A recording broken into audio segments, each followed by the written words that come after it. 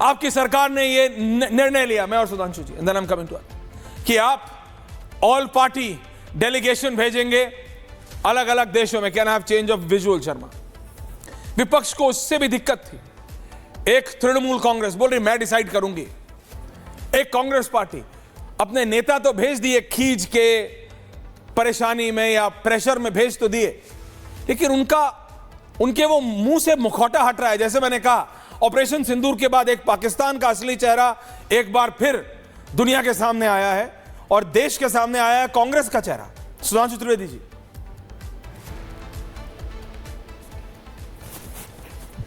देखिए, जो प्रधानमंत्री जी ने जो प्रयास किया है सबको साथ में ले जाने का, तो जो हम लोगों का एक प्रधानमंत्री जी की सुविचारित नीति है कि सबका साथ, सबका प्रयास और सबका विश्वास, तो सबके विश्वास के साथ यह प्रयास करना है जो भारत के इस स्वरूप को सामने रखना है।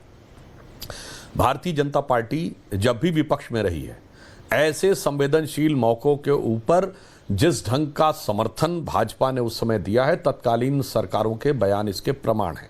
आप याद करिए, जिस समय मनमोहन सिंह जी प्रधानमंत्री थे और नवाज शरीफ पाकिस्तान के प्रधानमंत्री थे, उन्होंने मनमोहन सिंह जी के लिए देहाती औरत जैसे शब्द और अपमानजनक टिप्पणियां की थी। तो उस समय मुख्यमंत्री के रूप में, गुजरात के मुख्यमंत्री के रूप में नरेंद्र मोदी जी ने गरज कर कहा था कि कौन होता है किसी दूसरे देश का प्रधानमंत्री, पाकिस्तान का प्रधानमंत्री 125 करोड़ भारतवासियों के प्रधानमंत्री का आरोप के ऊपर इस ढंग की भाषा बोलने वाला। यानी उन्होंने बहुत साफ कहा कि मनमोहन सिंह जी सिर्फ कांग्रेस के प्रधानमंत्री नहीं है, इस समय वो 125 करोड़ भारतवासियों के प्रतीक थे। 1995 में जेनेवा में जिस समय पाकिस्तान एक प्रस्ताव ला रहा था कश्मीर को लेकर, अटल जी नरसिम्हा राव सरकार का समर्थन करते हुए, दल का नेतृत्व करते हुए गए और वहां नरसिम्हा राव सरकार का समर्थन ही नहीं किया, उनको श्रेय भी दिया। जो बात करनी है घर आके कही। 71 के युद्ध में अटल जी के बयान को आज तक कांग्रेसी कोट करते हैं। 65 के युद्ध में ऑल पार्टी मीटिंग में जनसंघ नहीं, राष्ट्रीय स्वयंसेवक संघ के द्वितीय सरसंघ चालक गुरु जी को शास्त्री जी ने बुलाया था। 62 के युद्ध के बाद तो 26 जनवरी 63 को आरएसएस को गणतंत्र दिवस परेड में बुलाया था। 48 के युद्ध में तो वो पेपर अवेलेबल है जिसमें सरदार बलदेव सिंह जी ने, जो कि उस समय रक्षा मंत्री थे, उन्होंने गुरु गोलवलकर जी को महाराजा हरि सिंह से बात करने के लिए भेजा था। इस बात के रेफरेंसेस अवेलेबल हैं। ये होती है सकारात्मक विपक्षी भूमिका। हम आज के बारे में आए। देखिए, आज एक मामले में मैं कहना चाहूंगा दुख के साथ कि पाकिस्तान हमसे मजबूत स्थिति में है।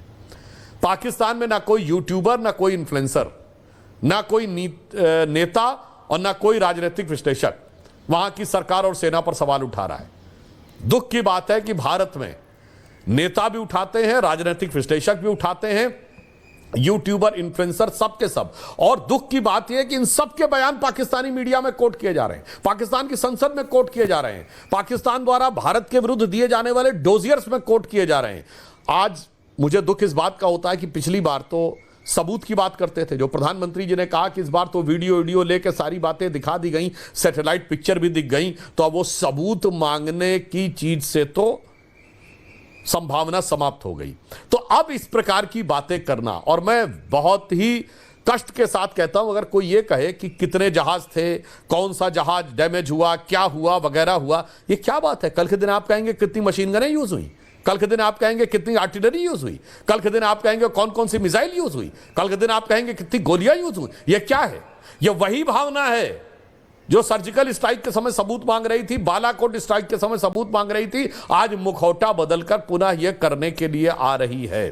तो मेरा फिर विपक्ष से यह कहना है कि इस समय में अगर आपने कहा है कि सरकार के साथ हैं तो ईमानदारी से साथ रहिए, किंतु परंतु चूंकि चपड़ चुनांचे ये सब मत प्रयोग करिए। सुधांशु जी, देश जैसे हमने समर्थन किया था 95 में, 71 में, 62 में, 65 में, तो चूंकि ऐसा अगर, मगर, किंतु, परंतु, इफ, बट ये सब नहीं किया था। अगर आप नहीं कर रहे हैं तो फिर साफ समझ में आता है कि समर्थन की बात करना सिर्फ मुखौटा है, असली चेहरा कुछ और है।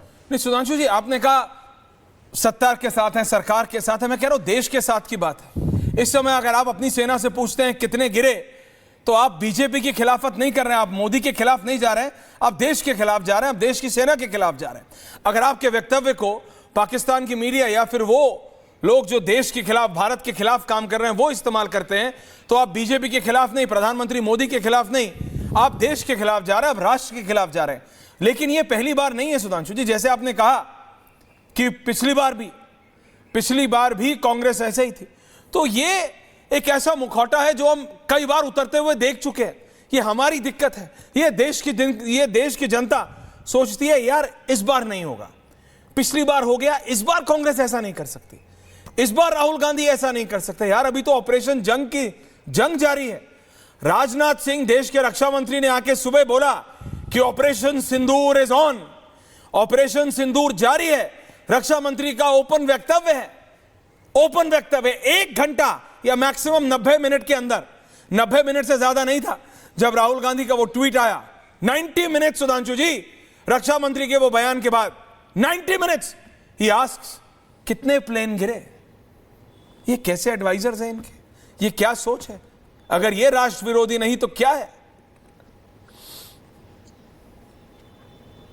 देखिए, मैं ये बात कहना चाहूंगा, मोदी विरोध और भाजपा विरोध के साथ भारत विरोध की परिधि में मत चले जाइए। फिर मैं ये बात कहना चाहता हूं, आज तो ये लोग मोदी जी के विरुद्ध की बात कहते हैं। मैं तो याद दिलाना चाहता हूं, कारगिल वॉर के समय तो अटल जी की सरकार थी, तब लाहौर की बस उल्टी लटका के प्रदर्शन किया था कि नहीं? मैं फिर कह रहा हूं, दृढ़ता के साथ कह रहा हूं, यह सोच ही भारत विरोधी है। क्योंकि कोई मौका मिले तो कब हम भारत विरोध में भी चले जाएंगे। सरकार का विरोध करते हुए हम मुलम्मा कोई कुछ भी चढ़ाएं, अटल जी की सरकार में भी कर रहे थे, वही काम मोदी जी की सरकार में कर रहे हैं। और जहां तक यह बात है, पाकिस्तान से जब सत्ता में रहेंगे तब भी पाकिस्तान को मदद देंगे। समझौता एक्सप्रेस पाकिस्तान ने करवाया, अंतरराष्ट्रीय एजेंसीज और अमेरिका भी कहती है पाकिस्तान ने कराया, हमारी सरकार भी कह रही थी पाकिस्तान ने कराया। अचानक एक बयान पे पलट के हिंदू आतंकवाद को ले आए, और उस समय पाकिस्तान ने अपने डोसियर में कोट किया कि भारत की सरकार कह रही है कि समझौता एक्सप्रेस हिंदू आतंकवाद था। 26/11 मसूद अजहर ने कराया, इनके नेता कहने लगे आरएसएस ने करवाया, फिर पाकिस्तान ने उसको कोट किया। मालेगांव सो कॉल्ड फर्जी हिंदू आतंकवाद की थ्योरी। अरे भाई, पावर में रहते हुए भी पाकिस्तान को कवर फायर देते थे और विपक्ष में रहते हुए भी पाकिस्तान को कवर फायर दे रहे हैं।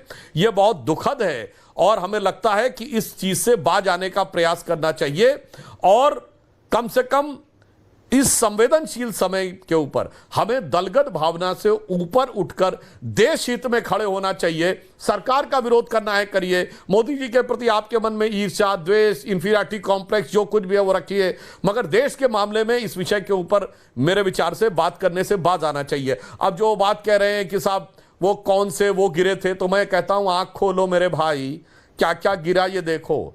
चाइना का जो डिफेंस स्टॉक था, जो एविक्स सिस्टम चेंगडू, कोई जाकर चेक कर सकता है, इमीडिएटली आफ्टर दिस 9% नीचे गिरा 9%। उसका स्टॉक। जो right. HQ-9 मिसाइल था, जहां PL-15 मिसाइल बनती है, जहां इनका F-17 जहाज बनता है, उसका जो शेयर था वो 12% नीचे गिरा। जबकि चाइना में सब कुछ गवर्नमेंट कंट्रोल है, गवर्नमेंट ने पूरी कोशिश की कि उस शेयर को उठाए, तब भी नेट में चाइना का डिफेंस स्टॉक 6% नीचे गिरे। और भारत के देख लीजिए, चाहे गार्डन रीच शिपयार्ड हो, मझगांव डॉक्स हो, और जितने भी हमारे डिफेंस के स्टॉक्स थे, HAL के हैं, सब के सब स्टॉक ऊपर उठे। तो भाई, जहाज गिरे उससे पहले तो देख लो ना किसके भाव गिरे। किसके भाव? ये भाव तो अंतरराष्ट्रीय आधार पे सूचनाओं पे गिरते